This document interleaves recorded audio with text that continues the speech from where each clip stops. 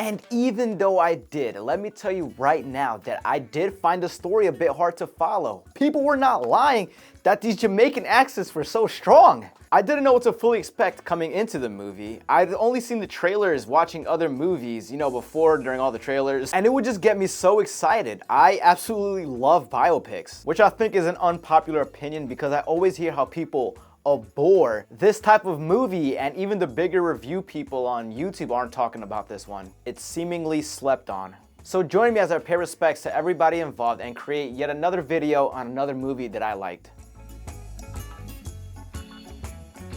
I feel like calling this movie a biopic seems incorrect. A biopic dramatizes, but nothing about Bob Marley One Love seemed over the top. There was no flair like Elvis or big performances like Bohemian Rhapsody. But there's no way around this, so I'll call it an atypical biopic. When it comes to movies about a real person, you get these so-called tropes where we see them young, and One Love does plenty of that. I found the beginning of the movie a bit hard to follow because, again, their Jamaican accents were so strong. But I think that's what makes it even better. It's not washed down or played down. We are witnessing this story, and until it comes to digital where you can have subtitles, good luck. At one point in the movie, the white marketing guy couldn't understand Bob, and I freaking laughed out loud. Throughout the story are these flashbacks, you could say, to when he was a kid, which serve as a side story in itself. He sees himself young, stranded in a field of flames, where eventually a man on a horse comes and saves him. Saves him? I don't want to seem like I know everything, but there's this obvious progression of feeling lost and then being rescued and having this sense of clarity. And I'll throw this in as like a side thing. I found this photo of his father on a horse, and when I saw that, I instantly made the connection to the movie. My sister-in-law said that the man on the horse was initially his father, then turned into this leader guiding him to his future Rastafarian life. I don't know, who knows? That's just a game theory. The first scene where we see Bob Marley as a teenager, I didn't even know that was supposed to be him. I thought they had skipped to the point of view of one of the Wailers. One of my absolute favorite scenes of One Love include this timeline, where they're trying to get signed and actually record tracks, and they're singing and playing, but it's not enough. And they finally play Simmer Down, and wow. I immediately had to save the song when the movie was over. They were the underdogs in this moment, and this song, hearing them play in high definition and not 60-year-old quality made me feel the victory for them, and I was so just excited, I was elated. Again, truly one of my favorite scenes of this movie is where we see this younger Bob Marley portrayed. It's as if his potential shone right then and there. With the past timelines discussed, let's move on to the storyline here. I think a lot of the critics missed the mark with their perception of the movie, but critics, So there's massive political conflict going on in Jamaica. Bob Marley and the Wailers have their peace concert amidst the chaos, which was kind of flown past, and I found it confusing where Bob was showing his wounds and police rushed him off the stage. I didn't know if that was a vision or some sort of dream sequence for like 30 seconds or so. But the music, man, their music is what keeps One Love all together. There are moments where we'll hear them perform or where we'll just hear a song play over the scenes, and I cannot stress enough how effective these sequences were to building up the enjoyment of the movie. I scripted this video while having Bob Marley's Spotify on shuffle, and Redemption song came on. Kingsley performed this tune by Campfire where his family surrounded him, and it was just one of those moments that leave you warm. These songs of freedom is all I ever had. Even though Redemption song came way later in the movie, I think things really started to pick up once he moved to London. It was pretty funny seeing them in an underground rock scene, which is a totally different sound from reggae. What Bob Marley One Love does is give you an idea of his lifestyle and some things that happened. He had multiple lovers, he played football, he jogged. I'd say he kept his physical pretty well. He wanted to create music with purpose, for more than just money. And I never knew he had gone to London. For 2 years. I like how much they portrayed this London portion of his life. I believe it was the guitarist Junior Marvin that was recruited at one point, and they were testing out his Jamaican. That was a pretty fun scene, but he could freaking play. I love the whole Exodus era where they were, well, not era, the whole Exodus conception where they were listening to the LP and coming up with the name of their own album, top of the line. And mind you, I struggled understanding a lot of this movie, but it's still so freaking good. There are a lot of enjoyable moving parts that can back up the misunderstood dialogue if you can't understand the accent. I knew Lashana Lynch had looked familiar. Maria Rambeau from the MCU. She delivered one of the strongest segments of this movie as Rita Marley. At one point, her performance had me like, God damn, and the part alludes to one of the more darker or negatives of the movie as it digs personally into the relationship. She actually had the honor of meeting Rita, and I just hope this movie gets some sort of nomination next year, but man, who knows? And while I'm on the topic of actors, let's go through a few others from the cast.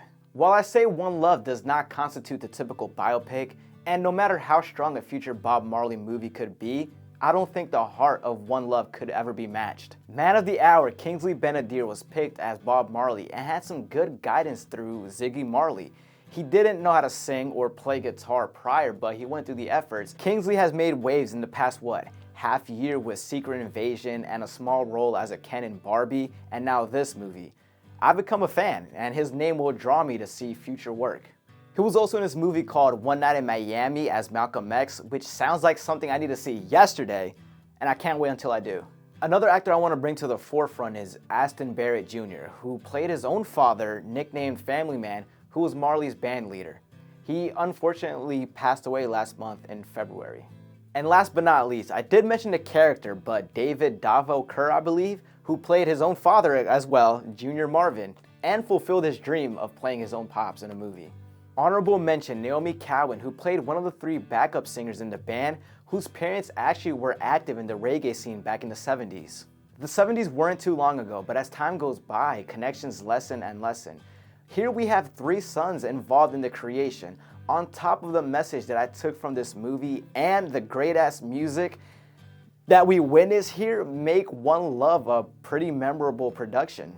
Another detail I would have never even assumed about Bob Marley was his stage presence. In fact, I never even thought about this man on the stage. He would absolutely get lost in the music and bop and flop and hop all over, and I love it. I love his energy and have a newfound respect for him. You see, I do have my gripes with this movie since I found myself lost at points, but oh well. I said it earlier and I'll say it again. I described it to my friend as the music being the thing that keeps the movie afloat. Whenever I found myself on the downward trend of losing interest, here's a nice melody and good times with our people. I have a little webpage about what a shame his death was. From skincancer.org, Bob Marley should not have died from melanoma. When a dark spot appeared under his toenail, Marley attributed it to a soccer injury. Eventually, he was diagnosed with a rare aggressive type of skin cancer called ALM. Comes from acral, an anatomical term for the peripheral parts of the body. There's a photo right there, but I'm sure you're not too interested in seeing that. Most melanomas are caused by exposure to ultraviolet radiation from the sun or from tanning beds. But ALM, which develops on hairless skin such as under nails, on the soles of the feet or palms of the hands, is more likely caused by genetic factors. While ALM is rare overall, it is the most common form of melanoma found in people of color. The 5-year survival rate for black people with melanoma is 71%. Most deaths from ALM occur when it is diagnosed late, after it has begun to spread. If Marley's cancer had been treated early, it could have been possibly cured. I read that in reverse. However, he refused the recommended treatment, surgical removal of his toe. Instead of amputating the toe, he opted for excisional surgery, removing the nail bed and cancerous tissue. Eventually, the melanoma spread to the other areas of his body, including his brain, liver, and lungs, and tragically cut his life short.